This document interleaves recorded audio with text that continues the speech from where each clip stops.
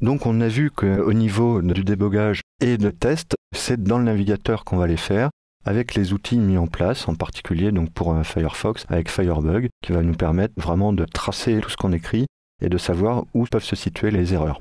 En revanche, grâce aux éditeurs de texte, il va être possible aussi, en amont, de se prémunir contre les fautes de frappe, contre les petits oublis de syntaxe, etc. Et donc ça, c'est relativement important. Alors, quand je dis éditeur de texte, ça peut être les éditeurs de texte avancés, comme on a vu avec Notepad++, ou ceux qui sont directement intégrés dans les EDI. Donc là, on va commencer avec Notepad++, voilà, et on va constater que grâce à la coloration syntaxique, on va pouvoir éviter de nombreuses erreurs. En particulier, ici dans le code HTML, si j'essaye de créer une div, mais en rajoutant un E, on voit que la balise se ferme parce que ça a la forme d'une balise et donc que l'éditeur applique la règle que je lui ai demandée. En revanche, il n'y a pas de coloration syntaxique qui s'effectue parce que c'est pas une balise qui est reconnue.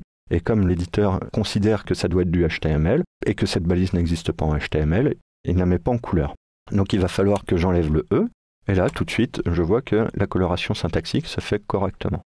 De la même manière, au niveau du code JavaScript, si je crée par exemple une variable avec le mot-clé var, là tout de suite quand je tape sur le R, tout de suite il y a une coloration syntaxique qui s'effectue et une mise en forme puisque les mots-clés de JavaScript sont affichés en italique.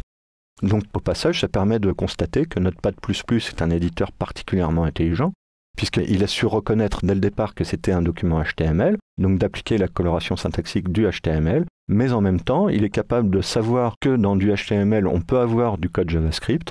Et donc, dans ces cas-là, il est capable d'appliquer la coloration syntaxique au code JavaScript. Donc c'est quand même relativement performant. J'ai fait une faute de syntaxe, var i égale 0. Ici, il reconnaît que la valeur que j'affecte à ma variable est une valeur numérique, donc il applique la bonne coloration syntaxique. De la même manière, si c'était une chaîne, voilà, il y a une coloration différente, mais il reconnaît le type des variables. En revanche, là, comme il ne reconnaît pas le mot-clé, il l'affiche comme si c'était du texte normal. Si j'enlève le E, là, tout de suite, on voit que le code est correct. Maintenant, je vais regarder au niveau d'Aptana, ce que ça peut donner. Je vais ouvrir toujours le même fichier, cette fois avec Aptana Studio. Alors, dans un premier temps, ça va nous permettre de rentrer un petit peu plus dans les préférences, donc dans la personnalisation de nos éditeurs. Donc on a différentes rubriques au niveau des préférences. Là, toutes ne vont pas nous intéresser, mais je vais aller déjà dans Général, dans Editors. Alors, c'est pas que les autres, il n'y a rien d'intéressant. Pour le moment, ça nous suffira déjà de faire juste ces petites modifications. Donc dans Editor, alors ici, toutes les possibilités de paramétrage. Si je vais dans Text Editors, là encore, une possibilité de notation, de présentation de chaque page. Alors ici, moi ce qui m'intéresse, c'est d'afficher le numéro de ligne, puisque c'est souvent intéressant d'avoir les numéros de ligne. Et ici, dans l'onglet Annotation, les informations, je vais les mettre en Native Problem Underline pour avoir un peu la même façon que les warnings, pour que les informations soient plus explicites. Donc je fais Appliquer. Ensuite, donc là, pour le général, c'est à peu près tout ce qui m'intéresse. Et pour la rubrique Aptana, je vais aller dans Editors, donc déjà dans HTML.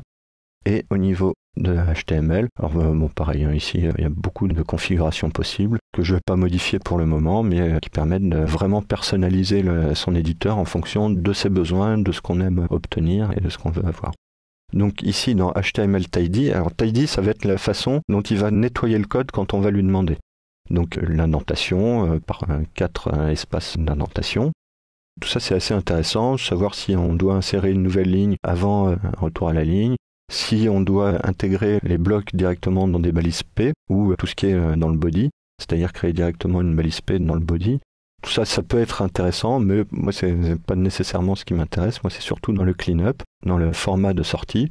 Plutôt que le format original, moi, j'ai envie que ce soit du XHTML, puisque c'est habituellement en XHTML que j'aime bien travailler. Et ensuite, toutes les possibilités. Alors là, ici, Clean Microsoft Word Tags, c'est quand on exporte depuis Word en fichier HTML. Word a l'habitude de rajouter énormément de balises inutiles, donc ça, je vais lui demander de les supprimer. Bon, quant au reste, ça n'a pas énormément d'utilité pour le moment, mais vous pouvez l'utiliser si, à la rigueur, cette option-là. Remplacer les balises I par des balises EM et les B par des strong, ce qui permettra d'avoir une validation au niveau du code HTML. Donc voilà, des petites choses assez intéressantes. Et autre chose, dans Typing, là aussi, vous pouvez avoir des options qui peuvent être intéressantes. Par exemple, ici, insérer les caractères en relation pour les accolades, les cotes, les crochets, etc. Donc là, je viens auto-insert. Auto-indent shall tag encourage turn. Donc là, j'ai indent. C'est pour ça que quand j'ai tapé la balise div tout à l'heure, elle était déjà auto-indentée. Character to use when quoting attributes. Double quotes plutôt que none. Quand j'ajoute des attributs, qui permettra d'insérer directement les double quotes. Quand est-ce qu'on doit fermer la balise? Donc moi, pour le moment, c'est lorsque je tape le crochet fermant. Ça peut être soit quand on ouvre le crochet fermant et le slash, ou alors jamais. Moi, j'aime bien comme ça, donc je ne modifie pas. Et modify per tags, c'est-à-dire que quand je modifie une balise, est-ce que je dois modifier la balise fermante associée? Oui, ça peut être intéressant. Donc voilà. Ça, c'est pour la partie HTML et pour la partie JavaScript.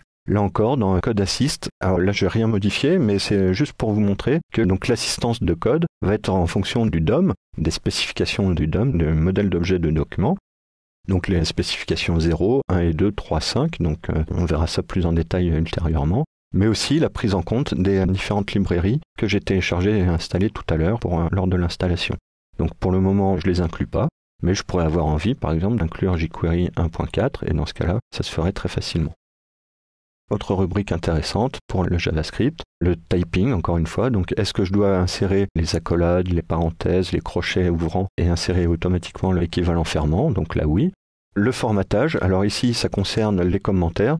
Donc, quand je fais des commentaires sur plusieurs lignes, est-ce que j'insère directement une étoile à chaque début de ligne? Donc oui, parce que ça permet de faire des commentaires beaucoup plus visibles. Et est-ce que l'éditeur va formater, donc au niveau de l'indentation, le code qui est à l'intérieur des blocs quand l'accolade fermante sera tapée? Donc oui, ça peut être aussi intéressant. Et auto-indentation, là pareil, quand on ouvre des accolades ou des blocs particuliers, oui, je vais demander aussi d'indenter. Voilà, donc là, ce sont vraiment les paramétrages de base qui vont me permettre de mieux utiliser Aptana. Donc ensuite, ici dans le code, si je tape une nouvelle balise, div, donc là, il va me proposer l'assistance de code, mais moi j'ai envie de taper une balise qui n'existe pas. Alors ici, on n'est pas dans un mode vraiment strict puisque c'est un fichier libre. C'est pas dans le cadre d'un projet pour lequel on aurait défini à quelle validation il doit appartenir.